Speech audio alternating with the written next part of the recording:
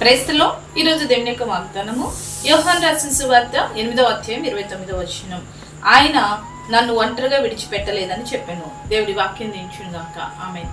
అవునండి, దేవుడు మనల్ని ఒంటరిగా విడిచిపెట్టలేదని దేవుడు ఈరోజు మనతో చెప్తూ ఉన్నాడు, మనతో మాట్లాడుతున్నాడు.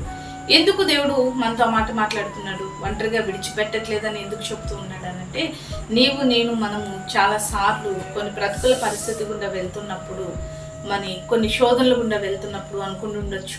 ఎందుకంటే హృదయ అంతరంగాలు ఎరిగిన దేవుడు అండి.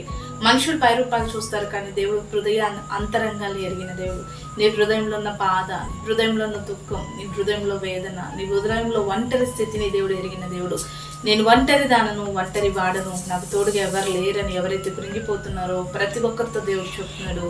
దేవుడు ఒంటరిగా నేను విడిచిపెట్టట్లేదని నీతో చెప్తున్నాడు. ఆయన నీకు తోడుగా ఉన్నాడు. నీలో ఉన్నవాడు లోకంలో ఉన్నవాడి కన్నా గొప్పవాడు. నీకు తోడుగా ఉన్నాడు. నేను ఎప్పుడు కూడా దేవుడు ఒంటరిగా విడిచిపెట్టలేదు. కాబట్టి నీకు తోడుగా ఉన్న దేవుని బట్టి ధైర్యంగా ఉండి ఒంటరి స్థితి నుంచి విడుదల పొందట రీతిగా దేవుడు నీకు ధైర్యాన్ని, నెమ్మదిని కలుగచేయను గాక.